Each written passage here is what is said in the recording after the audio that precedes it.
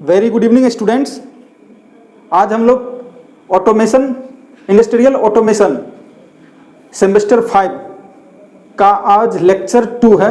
आज लेक्चर 2 में हम लोग यूनिट 2 स्टार्ट करेंगे, कंट्रोल सिस्टम। इस कंट्रोल सिस्टम में हमें 5-6 चीज़ पढ़ने हैं।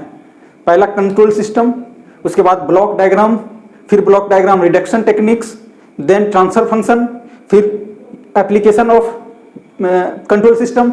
ये 6-7 टॉपिक है, इसके बारे में पढ़ना है। कंट्रोल सिस्टम में कंट्रोल क्या होता है, सिस्टम क्या होता है, फिर इसके बाद आता है आपका कंट्रोल सिस्टम कितने टाइप के होते हैं, open OL, open loop close system, open loop control system OP, OC, CLS, open loop control system. दूसरा हो जाएगा क्लोज लूप कंट्रोल सिस्टम। फिर ये दोनों क्या होता है, दोनों के बीच डिफरेंस क्या है, इनपुट क्या होते हैं, आउटपुट क्या होते हैं, फीडबैक क्या है, नेगेटिव फीडबैक क्या है, पॉजिटिव फीडबैक क्या है, नेगेटिव फीडबैक के कारण क्या प्रभाव पड़ता है सिस्टम पे, पॉजिटिव फीडबैक के कारण क्या इफेक्ट पड़ता है। ये सारे चीज का कंपाइलेशन आज के टॉपिक में हम लोग पढ़ेंगे। सबसे पहले स्टार्ट करते हैं कंट्रोल सिस्टम में concept of control system. Concepts of control system, इसका डेफिनेशन थोड़ा देख लेंगे। Control system is N interdisciplinary branches of engineering and deals with the behaviour of dynamic system. Control system क्या है? Concept of control system, control system is N interdisciplinary branch of engineering. Interdisciplinary branch है किसका? Engineering का। And deals with the behaviour of dynamic system, और ये deal करता है किसका? डायनामिक सिस्टम का। सबसे पहले आया आपका सिस्टम। अब सिस्टम के बारे में समझ जाएंगे क्या होता है सिस्टम। देखिए यहां से सिस्टम क्या है? A system is an arrangement, set और कलेक्शन ऑफ थिंग्स।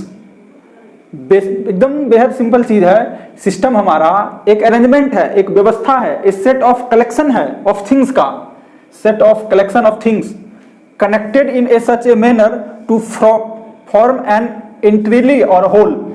मतलब सिस्टम एक तरह का अरेंजमेंट, एक तरह का व्यवस्था होता है जिसमें कलेक्शन ऑफ थिंग्स मतलब ऑब्जेक्ट का कलेक्शन होता है और उसे एक प्रॉपर वे में अरेंज करके वो वर्क करता है। यही हमारा सिस्टम है। अब सिस्टम में जो आता है कंट्रोल, सिस्टम को कंट्रोल करने के लिए कंट्रोलर होता है। कंट्रोल का काम क्या है? The word control is usually taken to mean regulate, direct और कमांड। सिस्टम को कंट्रोल करता है, कमांड करता है या उसे डायरेक्शन देता है कि क्या करना है नहीं करना है, उसको कंट्रोल करता है। यही हमारा है कंट्रोल। इसमें कंट्रोल एक्शन के बारे में आगे पढ़ेंगे, लेकिन अभी ये बेसिक चीज हम समझते हैं। कंट्रोल होता क्या है? Simply the word control is usually taken to means regulate, direct और कमांड। कंट्रोल हो गया। इसके बाद ऊपर में हम लोग सिस्टम देखे, यहाँ कंट्रोल, दोनों को मिलाकर कंबाइंडली जो वो है कंट्रोल सिस्टम, इसको हम लोग देख लेते हैं। हमारा जो चैप्टर यूनिट 2 है यही कंट्रोल सिस्टम है। ये चीज समझने के लिए हम लोग कॉन्सेप्ट देखे कंट्रोल का क्या है, उसके बाद सिस्टम, फिर कंट्रोल। अब कंट्रोल सिस्टम देखते हैं। A control system is defined as system. Control system is defined as a system or set of devices and processes to manage, command, direct or regulate the behavior of the other devices or system to maintain a desired output, ensure desired stability and accuracy. Control system क्या है? एक ये define किया जाता है set of device के रूप में, जो क्या करता है? प्रोसेस करता है वर्क का, मैनेज करता है, कमांड करता है, कमांड मतलब इंस्ट्रक्शन जो भी दिया जा रहा है उस चीज को प्रॉपर में फॉलो करता है, डायरेक्ट करता है, डायरेक्ट मतलब डायरेक्शन, फिर रेगुलेट, सेम चीज है, the behaviour of the other devices, दूसरे डिवाइस और सिस्टम का, और ये एक मेंटेन करता है डिजायर आउटपुट का। आउटपुट क्या होता है, इनपुट क्या होता है, आगे हम देखेंगे। Ensure desire stability and accuracy, और ये इंश्योर करता है स्टेबिलिटी और एक्यूरेसी का, किसका? कंट्रोल सिस्टम के माध्यम से ये इंश्योर करता है कि हमारा सिस्टम जो है कितना स्टेबल है और उसकी वर्क जो है कितना एक्यूरेसी के साथ होता है। अब हम लोग यहां पर देख लेते हैं जो इनपुट आउटपुट आया था। तो स्टूडेंट हम लोग अब देख चुके हैं कॉन्सेप्ट ऑफ कंट्रोल सिस्टम, फिर उसके बाद हम लोग देखें सिस्टम क्या है, सिस्टम के बाद कंट्रोल, फिर कंट्रोल सिस्टम। अब हम लोग देखते हैं इनपुट आउटपुट से related block diagram of control system, जिसमें इनपुट क्या होते हैं, जिसको हम लोग रेफरेंस इनपुट बोलते हैं, आउटपुट क्या है जो कि कंट्रोलेबल वेरिएबल या फिर उसी को हम लोग कंट्रोल्ड आउटपुट बोलते हैं। देखते हैं यहां से basic block diagram of control system. ये बेसिक ब्लॉक डायग्राम है, आगे बहुत सारा हम फीडबैक, बहुत बड़ा बड़ा कॉम्प्लिकेटेड स्ट्रक्चर बनाएंगे, उससे कैसे क्वेश्चन अटेम्प्ट लेना है, क्वेश्चन सॉल्व करना है, ये कंट्रोलर के माध्यम से ही। और ये जो बॉक्स है रेक्टेंगुलर बॉक्स, इसी में हम लिखेंगे k/s/2s+3, इस तरह से हम लोग एक्सप्रेशन लिखते रहेंगे।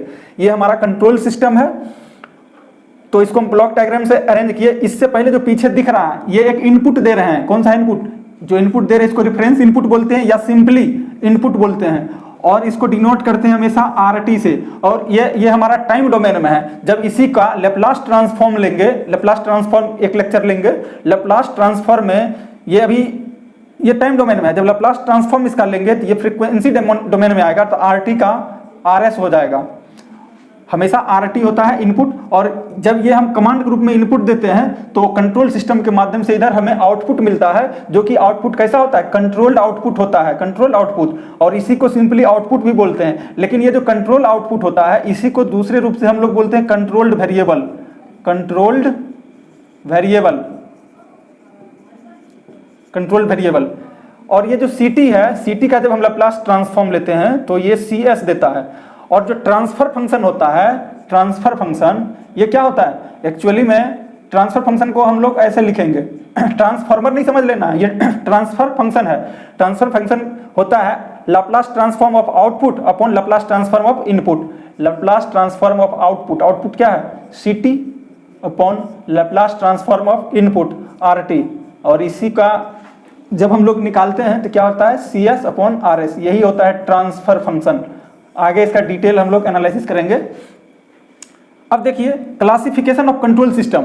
अब कंट्रोल सिस्टम जो है ये दो तरह का होता है, कंट्रोल सिस्टम दो तरह का होता है। एक होता है हमारा ओपन लूप, OLCS, इसी को हम लोग बोलते हैं open loop, open loop control system, open loop control system. दूसरा है CLCS, इसको बोलते हैं क्लोज्ड लूप कंट्रोल सिस्टम। ये ओपन लूप कंट्रोल सिस्टम जो होता है इसी को नन फीडबैक सिस्टम बोलते हैं। इसी को क्या बोलते हैं हम लोग, नन फीडबैक, इसमें फीडबैक नहीं होता है, नन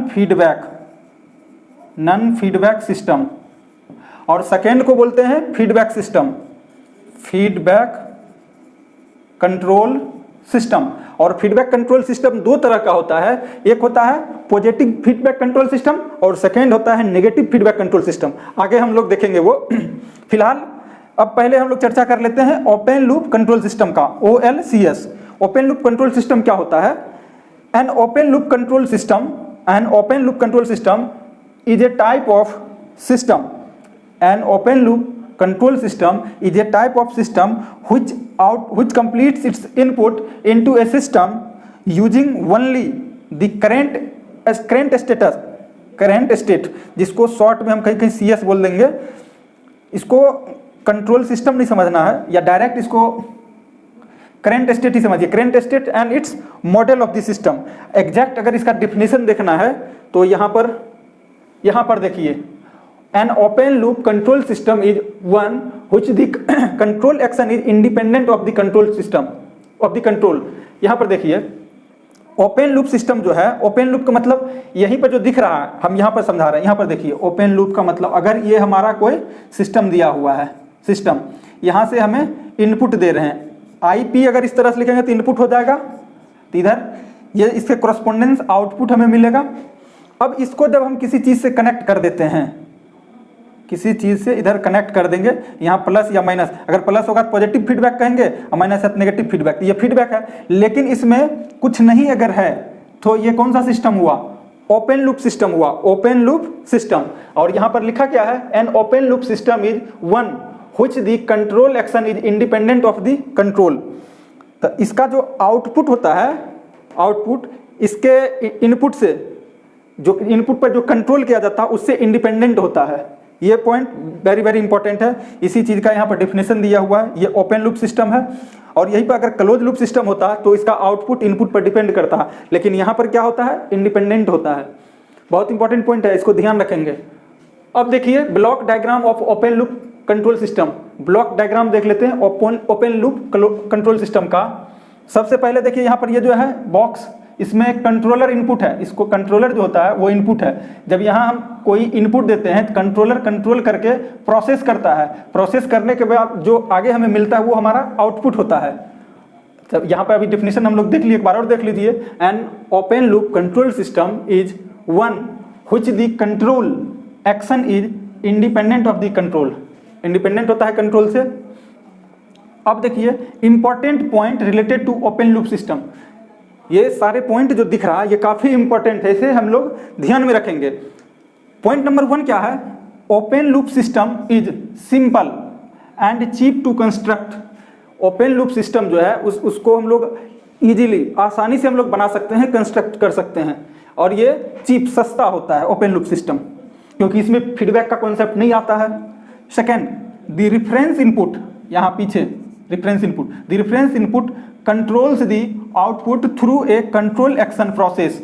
और ये जो कंट्रोलर होता है आउटपुट कंट्रोलर के द्वारा, ये इनपुट कंट्रोलर जो है रेफरेंस, इसके द्वारा प्रोसेस करके कंट्रोल होता है। नेक्स्ट क्या है, output has no effect on the control action. और आउटपुट पर कंट्रोल एक्शन का इफेक्ट नहीं पड़ता है, या यूं कहें कि आउटपुट जो है इसके इनपुट से इंडिपेंडेंट होता है।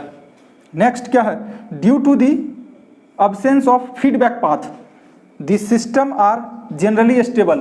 और ये सबसे इंपॉर्टेंट है कि ओपन लूप सिस्टम जो होता है ये स्टेबल होता है। क्यों? क्योंकि इसमें कोई फीडबैक पाथ नहीं होता है।